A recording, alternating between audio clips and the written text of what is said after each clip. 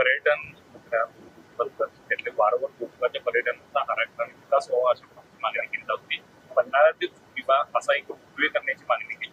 काय नाही, काय झालं आता 2च महिने झाले हा विभाग माझ्याकडे आलाय आणि तो आल्यानंतर मुळात जुने प्रकल्प हातात घेतलेले आहेत पर्यटनाचे ते मुदतीत पूर्ण करणं हे पहिलं टार्गेट आमचं आहे.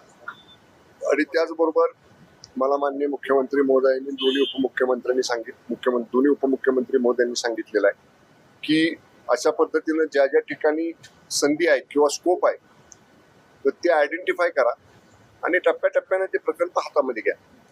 तर त्या दृष्टीनं रायगडच्या परिसरामधला तो पाचाड, जिथं रायगडच्या पायथ्याशी पाचाड गाव आहे, महासाहेब जिजाऊंचं तिथं वाडा आहे, त्या परिसरामध्ये एक शिवसृष्टी आपण करण्याचं एक पहिल्या टप्प्यामध्ये आता हातात घेतलेला आहे.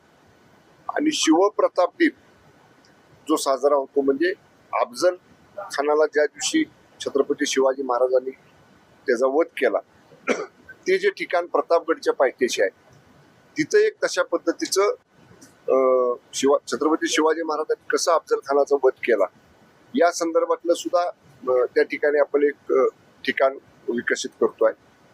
पन्हाळा सुद्धा त्या पद्धतीचंच आहे. ऐतिहासिक इतिहास पन्हाळ्याला आहे आणि क्षेत्र ज्योतिबा हे दख्खनचा राजा म्हणून ज्योतिबा रायाकडे पाहतो आपण.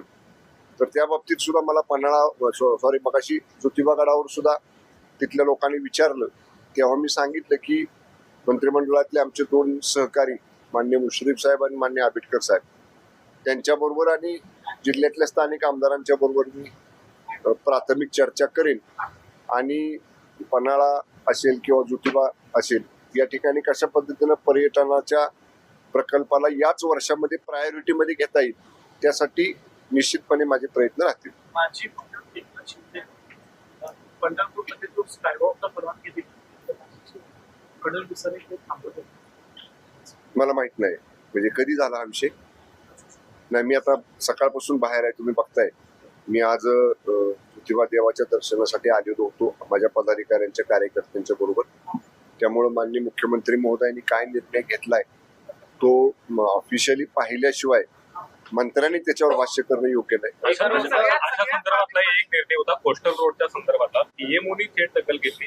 खरं तर नगरविकास एकनाथ शिंदे होते, आता सुद्धा तेच आहे. टार्गेट केलं जाते असं काही नाही, बिलकुल तसं काही नाही.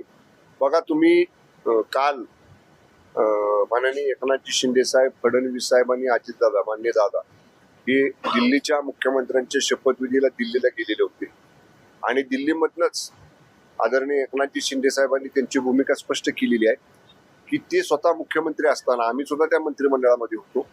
जे निर्णय व्हायचे ते या दोन्ही उपमुख्यमंत्र्यांशी चर्चा करून शिंदे साहेब घ्यायचे. शिंदे साहेब कुठलाही निर्णय घेताना माननीय फडणवीस साहेबांना माननीय अजितदादांना विश्वासात घेऊन त्यांच्याशी विचार विनिमय केल्याशिवाय घेत नव्हते.